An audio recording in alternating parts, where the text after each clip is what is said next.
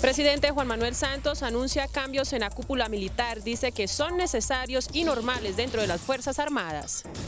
Los presidentes de los partidos políticos le piden al gobierno no retirarse de la mesa de negociaciones y a las FARC le exigen la suspensión inmediata de los atentados terroristas. Nuevo atentado contra oleoducto en Putumayo. Ejército frustra más derrame de petróleo. Ecopetrol y la Unión Sindical Obrera exigen que cesen los atentados en contra de la infraestructura petrolera. El Consejo de Estado le pide al gobierno incluir el tema ambiental en las conversaciones de paz de La Habana. Habla el empresario italiano Alessandro Corridori, se defiende de las acusaciones de la Fiscalía y dice que no se irá del país. En una multitudinaria misa en Guayaquil, el Papa llamó a la sociedad a combatir lo que calificó como los males de la familia moderna. Cali, Millonarios y Medellín, algunos de los equipos con mayores cambios para el torneo. Estrepitosa caída en el Tour, 4 retiros, ningún colombiano. Urán séptimo, Nairo 17, recuperó 27 puestos. Hoy los espero desde una penitenciaría en Facatativá, set de grabación de la película Perros, protagonizada por John Leguizamo. Con él los espero al final de la emisión. Buenas noches, nuestros secretos de hoy. Víctor Maldonado ofrece pagar todas sus deudas, pero incurre en una pifia. 2. El caso del Coronel Plazas en la recta final. 3. La verdadera y triste historia de la perrita Bacatá. Y tengo ñapa. Inesperado choque en Twitter entre la ministra Gina Parodi y el uribismo. 1, 2, 3 y la ñapa peleadora al cierre.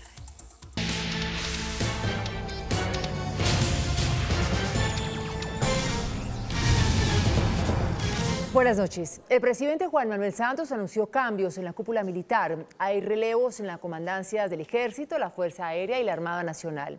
En la dirección de la Policía se ratificó al general Rodolfo Palomino. El ministro de Defensa, Luis Carlos Villegas, tenía una reunión en la Casa de Nariño con el presidente Juan Manuel Santos para presentarle a los nuevos comandantes de la Armada, Fuerza Aérea y Ejército. El mandatario decidió hacer este anuncio esta misma noche. Pasa a ser comandante de nuestro ejército, el general Alberto Mejía Ferrero. Pasa a ser comandante de nuestra Armada, el almirante Leonardo Santamaría, y pasa a ser comandante de nuestra Fuerza Aérea, el general Carlos Bueno. Ratificó como comandante de las fuerzas militares al general Juan Pablo Rodríguez, al director de la Policía Nacional, general Rodolfo Palomino, y al jefe de Estado Mayor Conjunto, al almirante Henry Blaine. El presidente Santos dijo que en las Fuerzas Armadas se requiere renovación permanente. Los cambios son procedimientos normales, procedimientos necesarios. Espera que con la nueva cúpula sigan el camino de la búsqueda de la paz. Una paz que, gracias al resultado que nuestras fuerzas han logrado obtener, ahora se puede ver con la posibilidad de que se vuelva una realidad. Agradeció a los salientes comandantes por los resultados entregados en diferentes operaciones. El nuevo comandante del Ejército es el general Alberto Mejía Ferrer, quien viene del Comando Conjunto de Operaciones Especiales.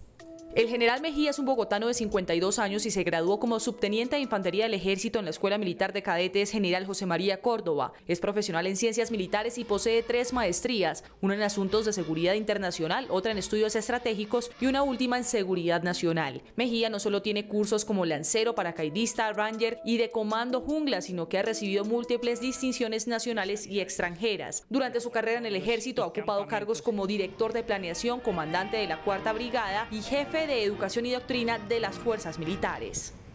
Y a la Fuerza Aérea llega el general Carlos Bueno, quien se viene desempeñando como jefe de operaciones aéreas y estuvo al frente del Comando Aéreo número 1 en Puerto Salgar.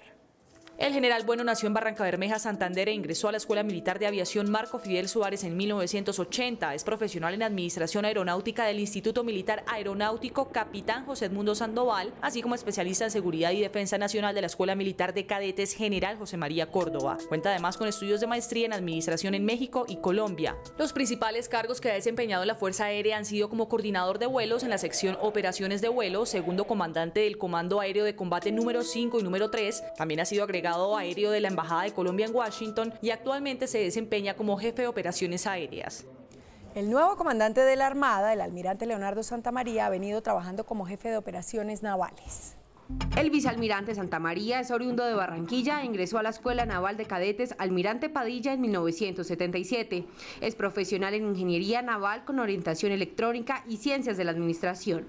También realizó el curso de Estado Mayor en la Academia de Guerra Naval de la Armada de Chile y es diplomado en Estado Mayor de la Escuela Superior de Guerra de las Fuerzas Militares. Durante su carrera se ha desempeñado como comandante de la Fuerza Naval del Caribe, director general marítimo, jefe del Departamento de Operaciones de la Fuerza Naval del Caribe, comandante de la fragata ARC Caldas, comandante del Comando Específico de San Andrés y Providencia, jefe del Departamento de Operaciones Navales de la Escuela Superior de Guerra y agregado navalmente ante el Reino Unido, entre otros. Y mucha atención, el gobierno de Venezuela anunció que modificará el decreto que fijó nuevos límites marítimos con Colombia. A través de su cuenta de Twitter, el presidente Juan Manuel Santos dijo: Venezuela anunció que modificará el decreto, otra prueba de que la diplomacia y el diálogo funcionan. El vecino país, mediante decreto emitido el 21 de junio, modificó sus límites marítimos, definiendo unas zonas operativas en defensa sobre una zona que aún está en disputa entre los dos países. Los partidos políticos pidieron al gobierno no retirarse de la mesa de negociaciones con las FARC y acelerar los diálogos para llegar pronto a la terminación del conflicto. La declaración de los presidentes de los partidos políticos hace un fuerte llamado al gobierno nacional para salvar el proceso de paz y mantenerse en la mesa de negociaciones hasta obtener una pronta firma del acuerdo final del conflicto. Según los partidos políticos, la consigna debe ser acelerar el proceso para terminarlo para bien y no levantarse de la mesa para terminarlo para mal. Esta es quizás la última oportunidad histórica para parar la guerra por la vía del diálogo, advierten los partidos políticos, que además hacen un perentorio llamado a las FARC para que suspendan de manera inmediata los atentados terroristas. Firmaron Roy Barreras, copresidente de la U, José David Name, presidente del Senado, Werner Zambrano de la U, Horacio Serpa del Partido Liberal, David Barguil del Partido Conservador, Rodrigo Lara de Cambio Radical, Antonio Sanguino del Partido Verde, Luis Carlos Avellaneda del Partido Verde, Fabio Amín, presidente de la Cámara, y Clara López del Partido Polo Democrático, que a última hora ordenó retirar su firma porque cree que el desescalamiento del conflicto debe ser de dos vías, gobierno y FARC, y no solamente para la guerrilla. Por su parte, el procurador Alejandro Ordóñez dijo que para acabar con los atentados terroristas, el gobierno debe suspender los diálogos con las FARC. Según el procurador Alejandro Ordóñez, el gobierno tiene en sus manos la cura para los ataques de la guerrilla, la suspensión inmediata de los diálogos de paz. Pienso que la única forma de parar el terrorismo y los actos violentos contra la sociedad civil la tiene el gobierno, y es suspender los diálogos en La Habana. Para el jefe del Ministerio Público hay peligro que se repita la historia del Caguán y que las partes terminen en un cese bilateral previo al acuerdo que podría empeorar la situación del país. Lo cual sería un gigantesco error. La experiencia la tuvimos en el Caguán. Esa experiencia señala para qué ha utilizado la FARC los ceses bilaterales y las treguas. El pronunciamiento se hizo en medio de la visita del Procurador General de la Nación a la sede regional de la capital santandereana. El ministro del Interior, Juan Fernando Cristo, aseguró que un eventual cese bilateral al fuego con las FARC antes de la firma de la paz debe ser verificable y definitivo. El ministro del Interior dijo que esa siempre ha sido la posición del gobierno. Las FARC tienen que aceptar la aplicación de los mecanismos de justicia transicional y tienen que entender que cualquier cese bilateral del fuego debe ser verificable y debe ser definitivo. El alto consejero para los derechos humanos, Guillermo Rivera, asegura que esta posición del gobierno no se debe a la reciente escalada terrorista de las FARC, como algunos lo quieren hacer ver. Desde el mes de enero y febrero, el presidente le expresó a los colombianos que había dado instrucciones a los negociadores para que se empezara a través de una subcomisión técnica a buscar la posibilidad de un cese bilateral al fuego. El ministro Cristo dice que caben propuestas como las zonas de concentración de ubicación para poder verificar ese cese al fuego, pero eso lo debe definir la subcomisión técnica que está estudiando este tema. En Putumayo se registró un nuevo atentado, esta vez al oleoducto San Miguel Orito. Igualmente efectivos del ejército evitaron un derrame de crudo que pretendían ejecutar guerrilleros de las FARC en esa misma zona del país. La brigada de Selva 27 del ejército evitó que el frente 48 de las FARC derramara el crudo que transportaban 10 tractomulas en el Tigre, zona rural de Puerto Asís, en Putumayo. Ahí pretendían hacer un bloqueo y ordenar a los conductores de esas tractomulas a hacer el derrame de crudo. Se presentó un combate en el cual, gracias a la acción de las tropas y la reacción rápida de las mismas, se logró neutralizar este acto terrorista. Hoy, a pesar de haber contrarrestado esta acción en la misma zona, 2 cargas explosivas fueron puestas a lo largo del oleoducto San Miguel Orito en el municipio de Orito. Las detonaciones provocaron el derrame de crudo que por fortuna no contaminó fuentes hídricas. Nuevamente los grupos al margen de la ley, las FARC, el Frente 48, atenta contra la infraestructura petrolera que queda ubicada en ese sector del departamento del Putumayo. La explosión, que según las autoridades locales fue obra de las FARC, afectó algunas viviendas ubicadas al lado del oleoducto. Hasta el momento no tenemos un reporte oficial de cuántas son las víctimas, cuántas son las viviendas afectadas, cuántas son las familias que se encuentran en este momento como víctimas de esa situación, pero sí estamos trabajando en ello con una comisión de verificación. Se espera que mañana el ministro de Ambiente viaje a la zona para supervisar el daño que causó el derramamiento del crudo. Pues esta noche la administración de Ecopetrol y la Unión Sindical Obrera exigieron el cese de los atentados contra la infraestructura petrolera. A través de un comunicado, las directivas de la petrolera y los trabajadores del sector afiliados a la USO condenaron los atentados contra la infraestructura petrolera ocurridas en las últimas semanas que han causado un grave daño ambiental y social en 4 departamentos del país. Los trabajadores de la empresa Sin Distingo de Nómina exigen el cese inmediato de los ataques que ponen en riesgo la vida de los funcionarios directos, contratistas y personas de las comunidades que laboran y viven alrededor de las operaciones de la industria del norte de Santander, Nariño, Putumayo y Arauca. De acuerdo con el comunicado, en los últimos días grupos al margen de la ley han intimidado a las comunidades, han hecho hostigamientos contra helicópteros al servicio de Ecopetrol y han impedido a los trabajadores realizar de manera efectiva las reparaciones de los oleoductos y el control de los derrames de crudo en los ríos y el mar en las zonas afectadas. El presidente del Consejo de Estado, Rafael Vergara, pidió al gobierno en nombre del Alto Tribunal incluir en los diálogos de paz los daños causados al medio ambiente en medio del conflicto armado. El exhorto del presidente de la República está contenido en una sentencia de la sección tercera que condena a la nación por la muerte de un soldado que custodiaba el oleoducto trasandino en Puerres, Nariño. Es una simple solicitud para que se incluyan en todos los procesos de paz. El fallo advierte que los atentados contra los bienes ambientales del Estado violan acuerdos internacionales que hacen parte del ordenamiento jurídico colombiano. Los bienes ambientales están protegidos convencional y constitucionalmente, por lo que este tipo de hechos violan los convenios de Ginebra. También pidió a la Fiscalía investigar a las FARC por los daños que causa con los atentados y en particular el que terminó con la muerte del soldado el 15 de abril de 1996. En las últimas horas arribaron a la vereda El Orejón del municipio de Briceño, en Antioquia, las delegaciones de las FARC que iniciarán mañana labores de desminado. Los integrantes de las delegaciones de las FARC y el gobierno llegaron hasta este lugar a bordo de un helicóptero con emblemas del Comité Internacional de la Cruz Roja. Las partes ya habían socializado previamente con los habitantes de la región sobre la labor que se adelantará de desminado. La policía incautó 3 toneladas de cocaína a la banda criminal del Clan Úsuga. El hallazgo se hizo muy cerca de la frontera con Panamá. La policía antinarcóticos y los comandos Jungla llegaron hasta una construcción rústica en Acandí, Chocó, a escasos 8 kilómetros de la frontera colombo-panameña. Allí en varias caletas estaba oculto el gigantesco cargamento. La droga estaba empacada en 121 bultos y según la policía costaría alrededor de $55 millones. Además de este hallazgo también fueron encontradas varias escopetas, fusiles e incluso un teléfono satelital.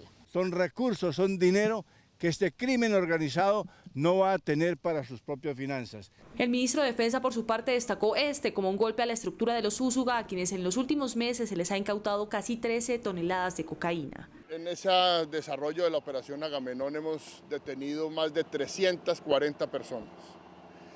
Hemos incautado armamento, propiedades, rutas. Además de las incautaciones, la policía capturó a alias Cuchibarbi y alias Chima, quienes aparentemente procesaban la cocaína y eran los encargados de mantener contactos con otras bandas narcotraficantes de la región. El empresario italiano Alessandro Corridori, vinculado al descalabro bursátil de Interbolsa, habló con CMI tras recuperar la libertad. Se defendió de las acusaciones en su contra y dijo que no se irá del país. El empresario italiano Alessandro Corridori, quien permaneció detenido 18 meses en la cárcel La Picota de Bogotá, dijo que no tuvo nada que ver con la administración de recursos de inversionistas de Interbolsa. Yo era simplemente un cliente. Cualquier relación es cliente, firma inversionista o entidad financiera. Entonces mis relaciones hasta ahí llegan. Y no tenía ningún tipo de acciones de Interbolsa. Advirtió que antes del escándalo no se encontraron irregularidades. ¿Por qué en 4 años los órganos de controles no vieron alguna irregularidad en las operaciones que manejaba Alessandro Corridori? Aseguró que comparecerá ante la justicia siempre que sea requerido y que no tiene contemplado salir de Colombia. Espero que me dejen pelearlo en las condiciones que todos lo tienen. Simplemente esto. Y yo no me voy a ir del país. Yo voy a llegar hasta el final porque aquí está mucha gente que perdió muchísima plata. Indicó que mientras estuvo detenido no tuvo garantías para su defensa. Las pruebas consisten, de lo que entiendo, en 12 discos duros. Y el tema muy sorpresivo es que donde estaba recluido no tenemos acceso a un computador. Entonces arranco en una total desventaja con los demás. Corridori sostuvo que una de sus empresas fue liquidada, pero que el dinero no se ha entregado a las víctimas. Sé, por cierto, pero ya estaba preso, que la liquidación ya se dio y que entregaron 14.000 millones a la liquidación de Interbolsa para reparar a los damnificados. 14.000 millones es una buena suma, que tranquilizaría de todo modo alguito a las personas que fueron damnificados por todo este tema. Finalmente pidió garantías en su proceso penal. El vicepresidente Germán Vargas Lleras anunció la intervención del 58% de la Red Nacional de Vías con inversiones que superan los 4 billones de pesos. Desde mañana el Gobierno Nacional dará inicio a los procesos de licitación de 57 proyectos que componen el Plan de Vías de Obra Pública. Entre septiembre y noviembre se llevarán a cabo las audiencias públicas de adjudicación. Todos los días se abrirá una licitación o 2 o 3 hasta que terminemos de adjudicar. La ejecución de obras se inicia de inmediato, por tratarse de contratos de obra pública. Estas vías de obra pública cuentan con un presupuesto de 4 billones de pesos. Se intervendrá el 58% de la red vial nacional y el 42% de la red secundaria en 21 departamentos del país. Todos complementarios, en su gran mayoría, de las autopistas de la prosperidad del programa 4G. Para estas obras no se van a otorgar ningún tipo de anticipos hasta que sean entregadas y finalizadas. Todos los funcionarios de Invías aceptaron someterse a las pruebas de polígrafo durante el proceso licitatorio de esas obras públicas. El presidente Juan Manuel Santos, tras sancionar la ley anticontrabando, denunció que algunos sectores quieren enfrentar al gobierno con los pequeños comerciantes por razones electoreras. Al sancionar la ley anticontrabando, el presidente Santos reiteró que esta norma no es contra los pequeños comerciantes y es una medida para proteger el empleo y combatir el blanqueo de dinero. No afecta para nada a los que trabajan en la legalidad, como quieren sostener, como dicen quienes quieren enfrentar al gobierno con los pequeños comerciantes por razones electoreras, por razones políticas. Son los mismos que este fin de semana divulgaron por las redes sociales rumores falsos y amenazas que nunca existieron, también por razones políticas, por razones electoreras, en un comportamiento de absoluta irresponsabilidad. También sancionó otras 5 leyes, dentro de las que se destacan el feminicidio como delito autónomo, donde las penas para quienes cometan crímenes varían entre 20 y 40 años. Otra, la modificación de las medidas de aseguramiento de privación de la libertad para reducir el hacinamiento carcelario. El índice de capitalización de la bolsa, que mide el comportamiento de las 20 principales acciones, cerró a la baja. El índice de capitalización de la Bolsa de Valores de Colombia bajó 0,23% a 1.309 puntos. La acción que más subió fue la de Fabricato, con una valorización de 2,86% a 14 pesos con 40 centavos.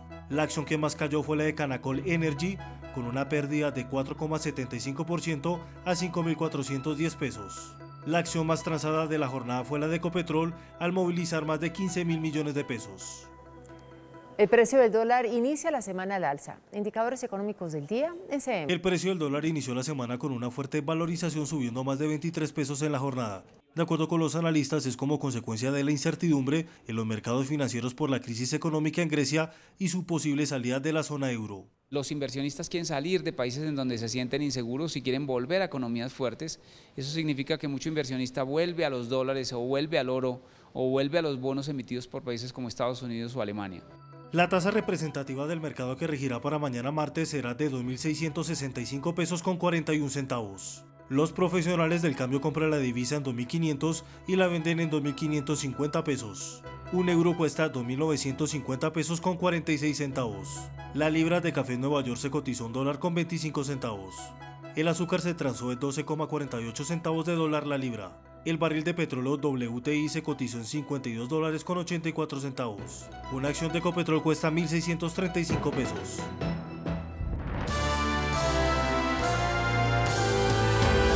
En su segundo día de visita en Ecuador, el Papa Francisco celebró una multitudinaria misa en Guayaquil, en la que hizo un duro llamado a la sociedad para que luche contra lo que calificó como los males de la familia moderna. El Papa Francisco celebró su primera Eucaristía en territorio ecuatoriano ante una multitud de más de 1 millón de personas en el Parque Samanes e hizo un fuerte llamado a la sociedad para combatir lo que llamó los males de la familia moderna que llegan cuando se acaba el amor. El vino es signo de alegría, de amor, de abundancia. ¿Cuántos de nuestros adolescentes y jóvenes perciben que en sus casas hace rato que ya no hay de ese vino? ¿Cuánta mujer sola y entristecida se pregunta cuándo el amor se fue? ¿Cuándo el amor se escurrió de su vida? ¿Cuántos ancianos se sienten dejados fuera de la fiesta de su familia, arrinconados y ya sin beber del amor cotidiano? Tras la Eucaristía, el pontífice se reunió con la comunidad jesuita y posteriormente regresó a Quito, donde mantuvo un encuentro con el presidente Rafael Correa. Altas y bajas de los clubes colombianos de cara al inicio de la Liga Águila 2. Ya volvemos. Hoy nos metimos en el rodaje de la nueva película de Harold Trompetero, Perros, y entrevistamos a su protagonista, John Leguizamo. Desde una penitenciaría en Facatativá, set de grabación del film, los espero después de comerciales. Hola, muy buenas noches. Hoy los saludo desde Facatativá, uno de los 116 municipios que componen el departamento de Cundinamarca, y estoy específicamente en un lugar que funcionaba como una penitenciaría. Hoy, el set de grabación de la película Perros, protagonizada por uno de los colombianos más internacionales, John Leguizamo. ¡Acción! Mira, no es eso. ¿Listos? ¿Con ese dolor o no? Okay. Pasa afuera, John. Entramos en el set de Perros, un drama protagonizado por John Leguizamo. Narra la historia de una persona que cae presa en esta cárcel y se encuentra que el único ser que vale la pena en esa cárcel es un perro. La Sarna es el nombre de este canino que se convierte en su único amigo en medio del infierno carcelario. Para que me quiera. Lo que me atrayó al guión es que captura una realidad que pasa en las cárceles por todo el mundo, pero más que todo en Colombia. Y lo duro es que ser preso. El colomboamericano John Leguizamo es una de las caras latinas más visibles en Hollywood, y todo comenzó en 1984, cuando hizo un pequeño papel en la serie televisiva Miami Vice. Luego saltó al cine interpretando a Luigi en la película Mario Bros. Pero sería en el gángster Benny Blanco del Bronx, en la película de Brian De Palma, Carlitos Way, donde trabajó junto a Al Pacino, y la drag queen Chichi Rodríguez en la película Reinas o Reyes, los que le dieran la fama. Luego ha participado en exitosas producciones como Romeo y Julieta. A él, que ha hecho vida y carrera en los Estados Unidos, no pudimos dejar de preguntarle sobre las opiniones que expresó Donald Trump. Lo que dijo sí me enfureció, me hirió. Como uno crece en los Estados Unidos sintiéndose muy unido a todos los otros latinos, a los mexicanos, a los salvadoreños, nicaragüenses, cubanos, chilenos, argentinos, todos somos unidos contra el sistema que nos opresa un poquito en los Estados Unidos. Como he dicho, es un payaso. Nadie lo respeta en los Estados Unidos. Tiene su dinero, pero Él es un chiste allá. Leguízamo pronto presentará en Broadway la obra Latin History for Dummies, o Historia de los Latinos para Tontos. La historia de Donald Trump y la Miss Universo colombiana Paulina Vega continúa. Luego de que el magnate la llamara hipócrita, Paulina ha respondido asegurando que defiende su título y a los latinos. Luego de que Paulina Vega calificara los comentarios de Trump sobre los inmigrantes ilegales como injustos e hirientes y afirmara que la organización de Miss Universo trabaja de forma independiente de sus dueños, el magnate se refirió a ella en su cuenta de Twitter tildándola de hipócrita por criticarlo, pero aún así mantener la corona. En entrevistas para diferentes medios de comunicación, la reina se defendió.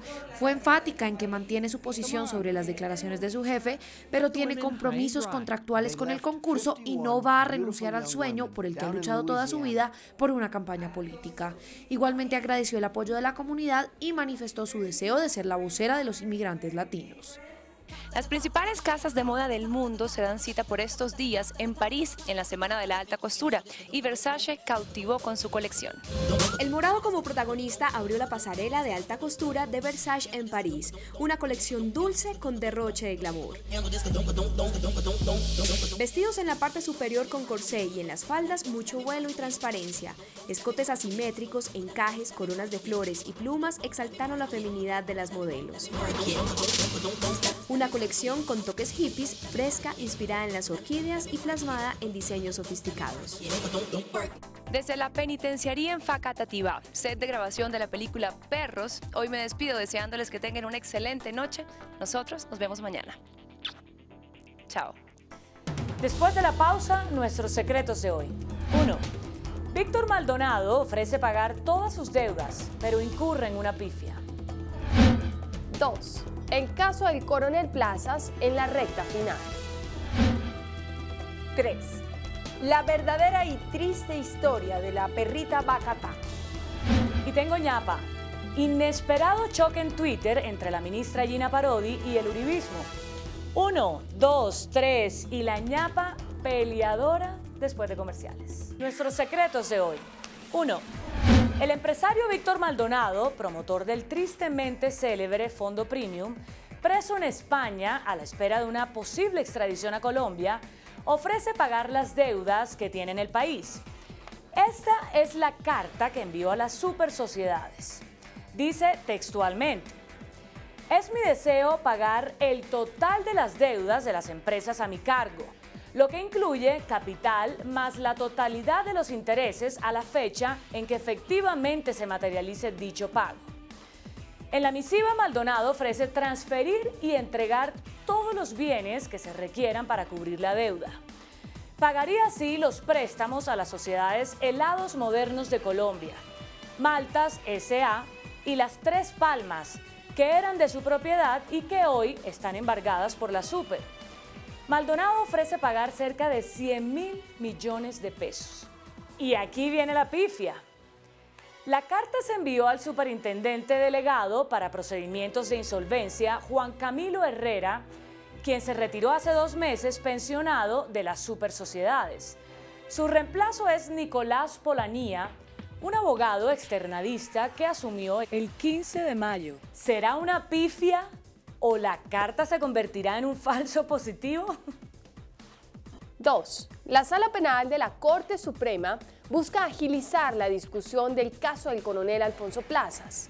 Su condena a 30 años por su responsabilidad en la desaparición de 2 personas por la toma del Palacio de Justicia hace 30 años es examinada por la Corte. A partir del miércoles, la Sala Penal tratará exclusivamente el tema hasta evacuarlo totalmente. El cálculo es que en menos de un mes habrá sentencia. La ponencia del magistrado Luis Guillermo Salazar pide su absolución al considerar que no hay una sola prueba que establezca su participación en la desaparición de personas. De acuerdo con la sentencia, Plazas seguía órdenes del alto mando y su misión era retomar el palacio.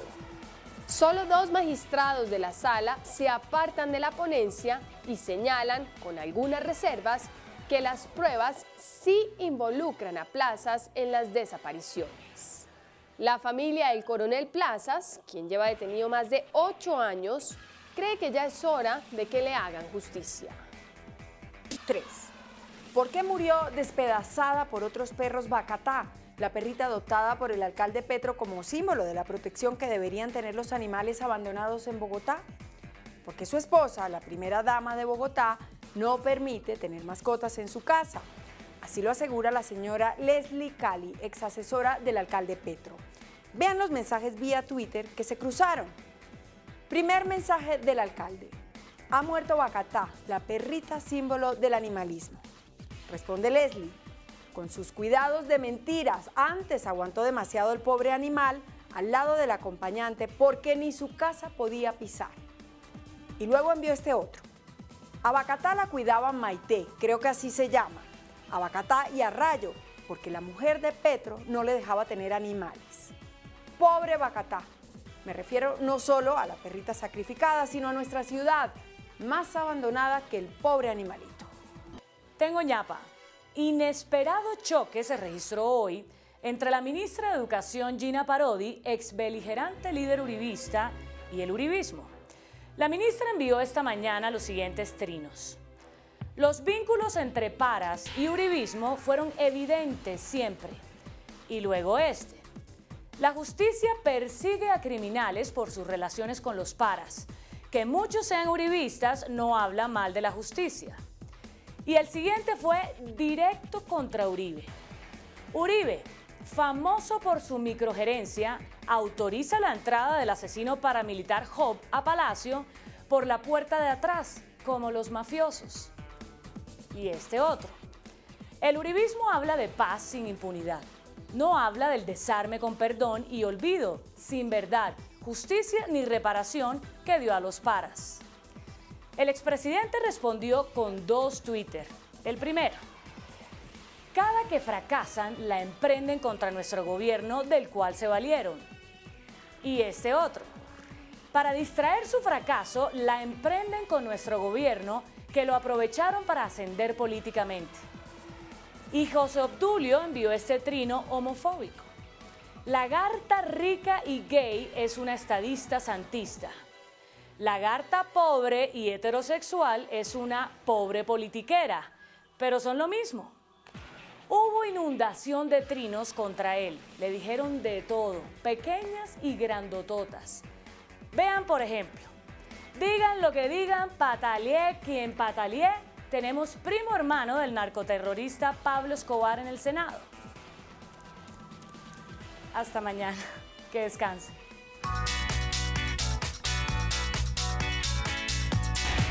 Después de la entrevista en Pregunta Yamit con Santiago Rojas, director de la DIAN, quien habló sobre la ley anticontrabando, sancionada hoy por el gobierno nacional, ¿usted va a volver a comprar artículos en los San Andresitos? Sí, 93%. No, 7%.